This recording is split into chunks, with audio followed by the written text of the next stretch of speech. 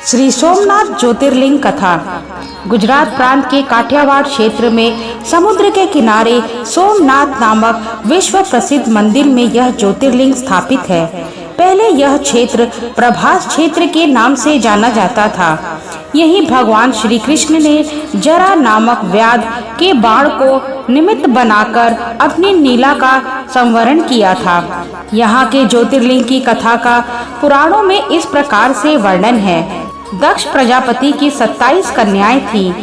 उन सभी का विवाह चंद्रदेव के साथ हुआ था, किंतु चंद्रमा का समस्त अनुराग व प्रेम उनमें से केवल रोहिणी के प्रति ही रहता था। उनके इस कृत्य से दक्ष प्रजापति की अन्य कन्याएं बहुत अप्रसन्न रहती थीं। उन्होंने अपनी यह व्यथा कथा अपने पिता को सुनाई।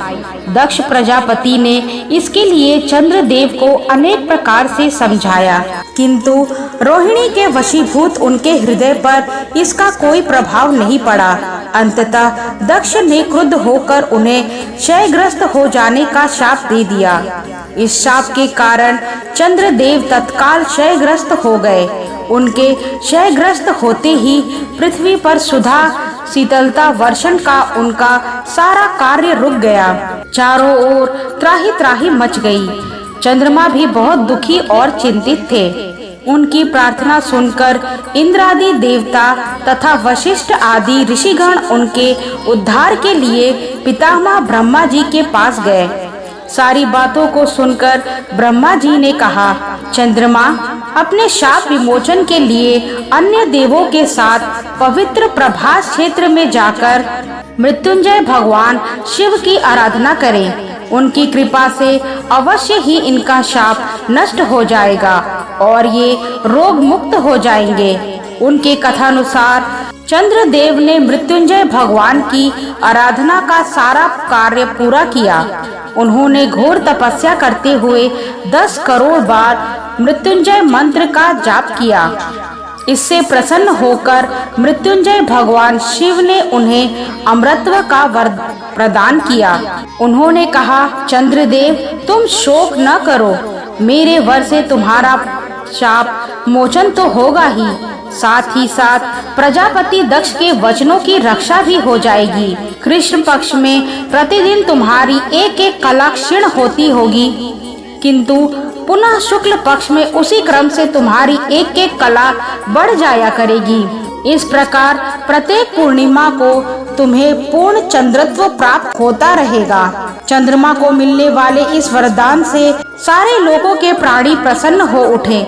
सुधाकर चंद्रदेव पुनः 10 दिशाओं में सुधा वर्षण का कार्य पूर्वत करने लगे।